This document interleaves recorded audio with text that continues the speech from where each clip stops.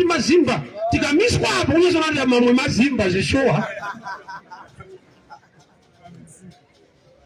ndamunza umwe tiri kuperekedza mukurarama tichirarama tese pari pane kakuperekedzana karipo.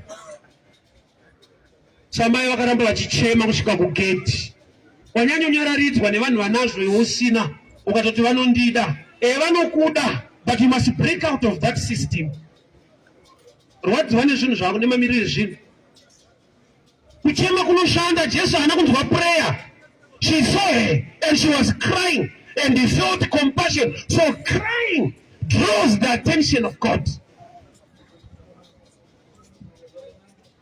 Misodzi inoshanda usanyeperwe. Isine muzvikona batinochemera Mwari wedu. Mazwi anoita mashoma abuda. Misodzi inoshanda. Mwari anoona misodzi, anoona kuti kuchema kwevanhu. Pane nguva kuti situation yako ichida kutsvina zvakawanda mawana ega ese. Pakuda kuti Mwari wangu demandiwanira unyasha.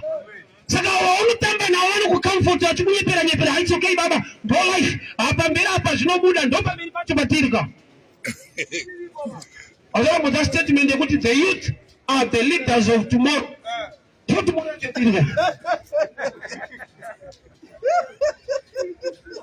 There is light at the end of the tunnel. Chibvunza kuti how long is the tunnel?